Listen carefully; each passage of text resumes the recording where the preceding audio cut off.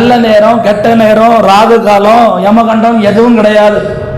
கர்த்தருக்குள்ள வந்துட்டீங்கன்னா நாள் பார்க்க கூடாது, சமயம் பார்க்க கூடாதுன்னு வசனம் சொல்லுது. நான் உங்களுக்கு சொல்றேன், தேவனுக்குள்ள நீங்க வந்தும் கர்த்தரை தேடாம இருந்தா அன்னைக்கு தான் உங்களுக்கு கெட்ட நேரம். ஹல்லேலூயா. இப்ப கெட்ட நேரம் நமக்கு உண்டாயான்னு கேட்டா கண்டிப்பா உண்டு. கர்த்தர் எந்த மனுஷன் கூட இல்லையா அவனுக்கு கெட்ட நேரம் தொடங்கிட்டுன்னு அர்த்தம். ஹல்லேலூயா.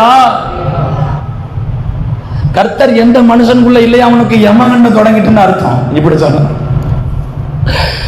அப்போ நம்முடைய எதிர்காலம் எப்படி இருக்குன்னா, எந்த மனுஷன் தேவ சமூகத்துல இரவும் பகலும் அவனுடைய தேவனுடைய வேதத்துல தியானமா இருக்கிறானோ அவனுடைய வாழ்க்கை பயங்கரமா ஆசீர்வாதமா இருக்கும்.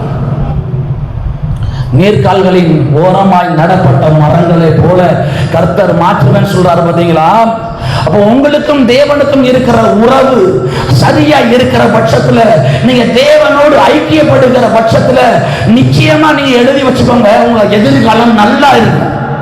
இந்த பலிபீடத்துல வந்து ஆசீர்வாதமான வார்த்தையை சொல்லுகிற, நீங்க கர்த்தரோடு இருக்க இருக்க தேவனோடு நீங்க ஐக்கியப்பட உங்க வாழ்க்கை தான், உங்க எதிர்காலம் தான் ஆசீர்வாதமாயிருக்கும்.